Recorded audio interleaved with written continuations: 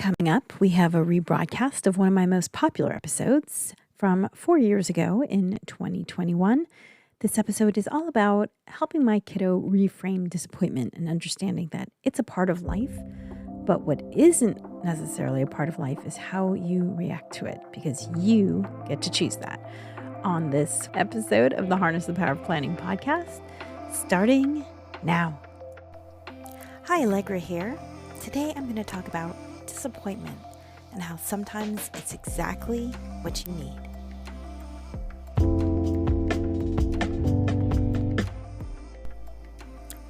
Today we're going to talk about disappointment. My little is 10 years old, and we've been struggling with this challenge where we have this great time together, playing or doing something fun. And then when the time comes for it to end, it's like the end of the world. And it leaves me and her father just feeling really crappy. And also it feels like it ruins the whole experience. And what I realized was that we need to teach her to deal with disappointment in a constructive way. So I was thinking about it, and once she had calmed down, I said to her, "Honey, what happens when you take a glass of water and you add a drop of pomegranate juice to it?" And she said, "It turns the whole glass pinkish red." And I said, "Exactly." I said, "Imagine you're having a really fun time with me or Daddy, and we're like that glass of water. And then all of a sudden it's time to stop playing, and you get angry. Your anger is like that one drop of red in that entire glass of water. What happens to that drop of red?" And she said, "It moves throughout the entire glass." And I said, "Exactly." I said, "It ruins all the time we spent together." And I said to her, "Now, I've seen you with friends at play dates, and when it's time to end something, when the play date's over, you don't get like this. Why is it that you feel like it's okay to do this to Mommy and Daddy when you'd never do it with your friends?"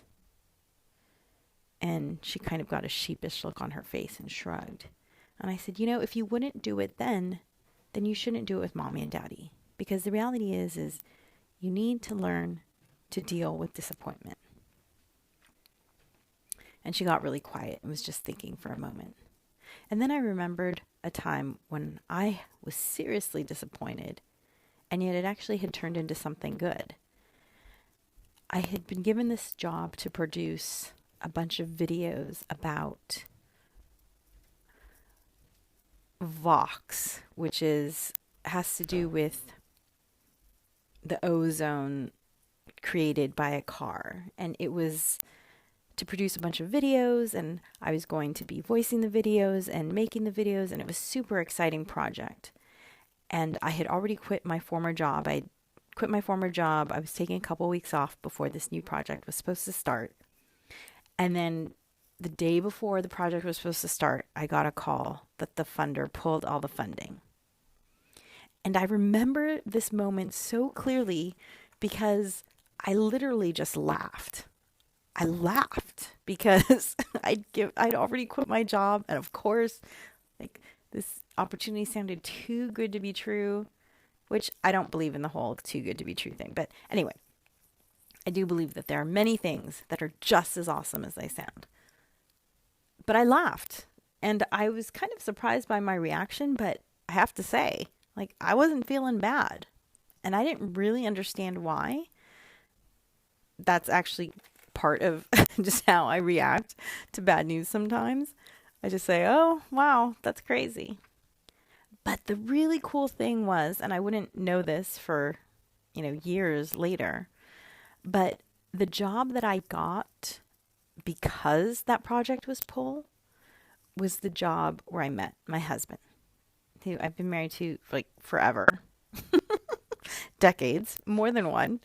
And We met because that dream project was pulled out.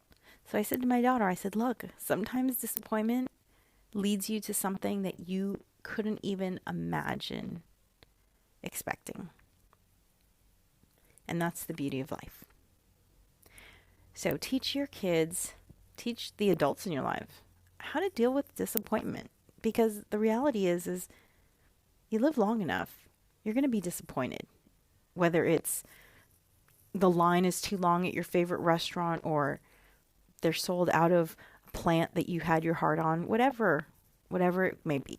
Big disappointments, little disappointments. But the reality is the more you can just ride them out and flatten the emotional experience that you have when they happen, the happier you'll be.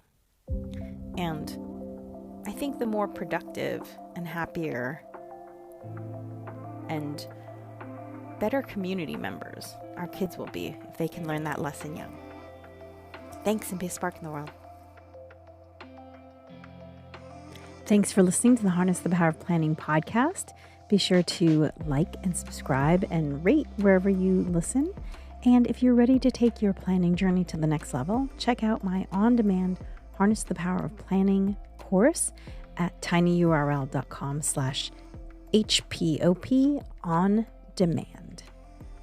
Remember, planning makes everything easier.